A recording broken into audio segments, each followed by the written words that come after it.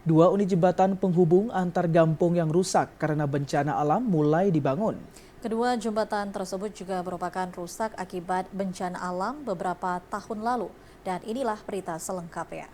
Dua unit jembatan yang dibangun dengan anggaran DOKA tahun 2022-2023 ini menelan anggaran hingga 13 miliar rupiah.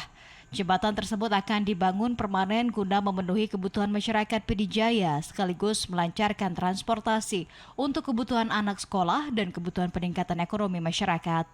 Seperti jembatan Daya Hussein yang sebelumnya masih menggunakan jembatan gantung yang tidak bisa dimanfaatkan dengan maksimal oleh masyarakat dan jembatan tersebut rusak saat gempa Pidijaya.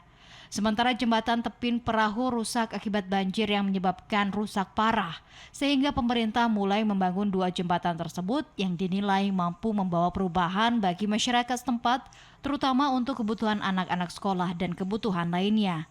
Sementara Muhammad Nur Kalak BPBD Pidijaya menyebutkan saat ini progres pembangunan sudah mencapai 40% dan pembangunan kedua jembatan tersebut akan siap pada akhir tahun ini. Baik jembatan Pantai 5 ya, sekarang sudah mencapai 27%.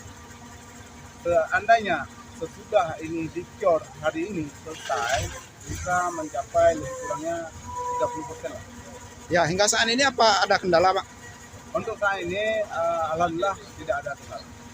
Ya, untuk progres target siapnya saja ini kapan nih, Pak, kira-kira? Kira-kira dia habis kontrak itu 2023. Selesainya pembangunan dua jembatan yang rusak ini pun diharapkan dapat mempermudah mobilitas warga yang selama ini terkendala akibat rusaknya jembatan. Dari Pidijaya, Hasbi Teferi melaporkan.